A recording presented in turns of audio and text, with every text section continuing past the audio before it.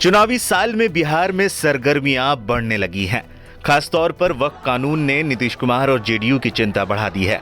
Party के कई senior मुस्लिम leader पहले ही इस्तीफा दे चुके हैं।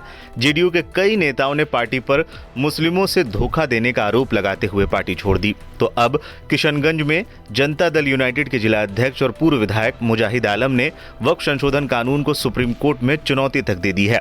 इस बीच ये खबरें भी सामने आई हैं कि बीजेपी ने एनडीए के सहयोगियों की वक्फ संशोधन एक्ट को लेकर बढ़ती चिंताओं को शांत करने के लिए बड़े पैमाने पर अभियान शुरू करने की योजना भी बनाई है। वहीं दूसरी तरफ वक्फ कानून को लेकर मुस्लिम समाज आगे की रणनीति बनाने में भी जुटा है। इसी कड़ी में पटना में गुरुवार को इदारा शरिया की अहम बैठक हुई। बैठक में जेडीयू के राष्ट्रीय महासचिव गुलाम रसूल बलियावी भी शामिल हुए और उन्होंने वक्फ कानून का पुरजोर विरोध किया।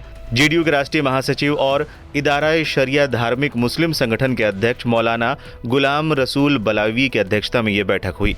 बैठक में बिहार, झारखंड, बंगाल, उड़ीसा समेत कई राज्यों के इस संगठन से जुड़े मौलाना और जेडीयू नेता पहुंचे। बैठक के बाद बलियावी ने मीडिया से बात करते हुए कहा, वक्फ कानून में कई खामियां हैं जिससे सिर्फ मुस्लिम समाज ही नहीं बल्कि संविधान भी आहत हुआ है। बलियावी ने आगे कहा, राष्ट्रपति, प्रधानमंत्री और बिहार के मुख्यमंत्री तक अपनी बात हम लोग पहुंचाएंगे। वक्फ कानून के जरिए हमारी जो धार्मिक स्वतंत्रता है छीनी जा रही है। इसके साथ ही उन्होंने इस मामले पर दूसरे धर्म के लोगों को भी अपने साथ जोड़ने की बात कही। और बिहार के हर जिले से और झारखंड से, बंगाल से, उड़ीसा से जिम्मेदारान तशरीफ लाए और वक्फ का जो मौजूदा नया कानून आया है इस पर यह तय हुआ कि इदारे शरिया का वक्फ लीगल सेल का गठन हुआ है।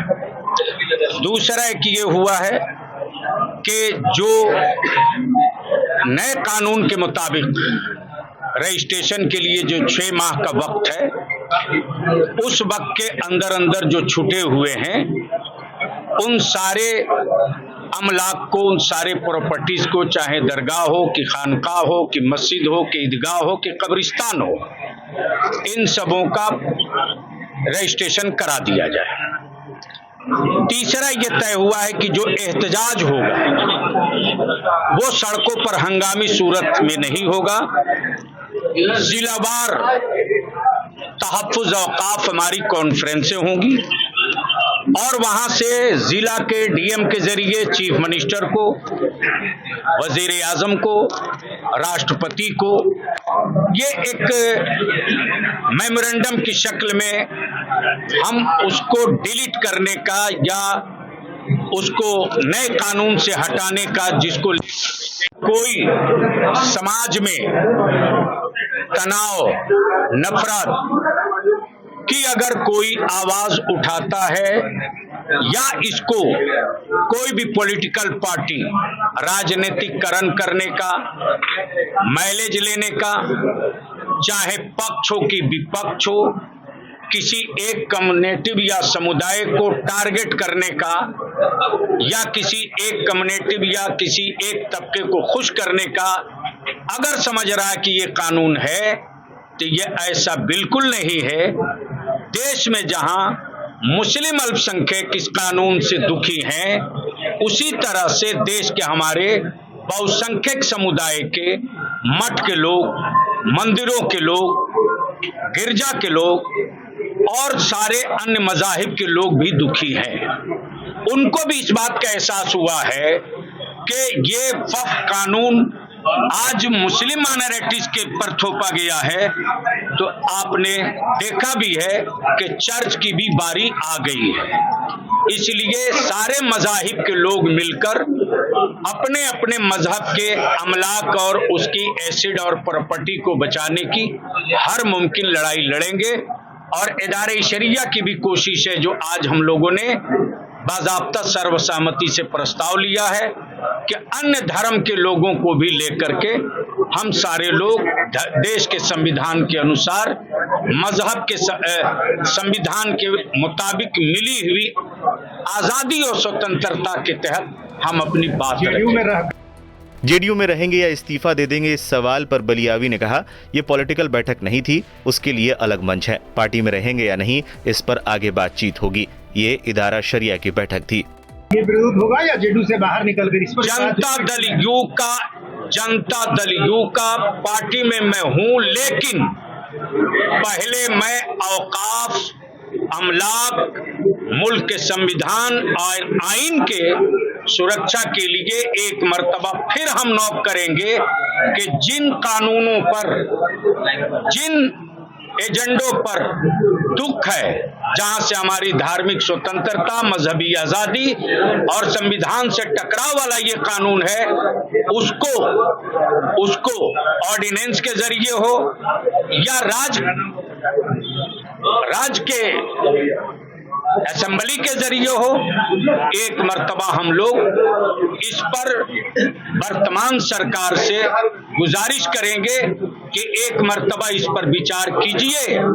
ऐसा नहीं है कि बिहार सरकार का मुकम्मल मुसलमान मुखालिफ है, उन्होंने काम बहुत किया है, सबको एहसास है। इसी बात की हैरत हो रही है कि जिसने हजारों हजार कब्रिस्तानों की घेराबंदी कराई, जो अंजुमन इस्लामिया हॉल नहीं था वक्त में, उसको वक्त में ला करके खूबसूरत इमारत बनाई, आखिर कहां चूक हुई, कहां चूक हो गई जिसका लोगों ने फायदा उठाया। फिलहाल जेडीयू में आप बने रहेंगे? अब भी आज मेरा ये दो टुक स्पष्ट वफ्द के ताल्लुक से है। पॉलिटिकल इशू का फैसला मैं इस बिल्डिंग से निकलकर किसी दिन प्रेस करके कर दूंगा। वक्फ कानून पर जेडीयू के समर्थन पर पार्टी में घमासान। कानून पर जिस तरीके से जेडीयू ने समर्थन किया है, उसको लेकर पार्टी में ही घमासान मचा हुआ है। कई मुस्लिम नेताओं ने इस्तीफा दे दिया है, कई बड़े चेहरे इसका विरोध कर रहे हैं। वहीं जेडीयू के राष्ट्रीय महासचिव बलियावी ने भी विरोध कर अपनी ताकत दिखाने की कोशिश की है। हालांकि इस दौरान उनके नरम रुख को लेकर भी कई तरह की चर्चाएं की जा रही हैं। जो मौजूदा वक्फ कानून बना है, इसको लेकर काफ़ी बेचैनी है।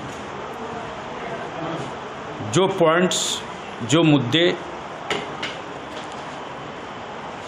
नहीं आने चाहिए थे, उसको शामिल किया गया है, जिससे वक्फ के अमलाक और वक्फ की प्रॉपर्टी के साथ साथ भारत के संविधान पर चोट लगी है।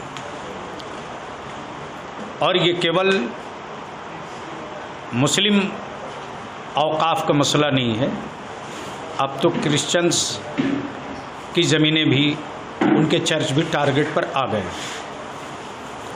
और इस बात को गुरुद्वारे वाले भी महसूस कर रहे हैं, मंदिर मठ वाले भी महसूस कर रहे हैं, चर्च वाले भी महसूस कर रहे हैं, मस्जिद दरगाह वाले भी महसूस कर रहे हैं। इसलिए आने वाले दिनों में आगे लड़ाई लड़ने के लिए वक्फ सेल का गठन हुआ है। सुप्रीम कोर्ट भी जाएंगे, ज़िलावार अपनी बातें भी रखेंगे।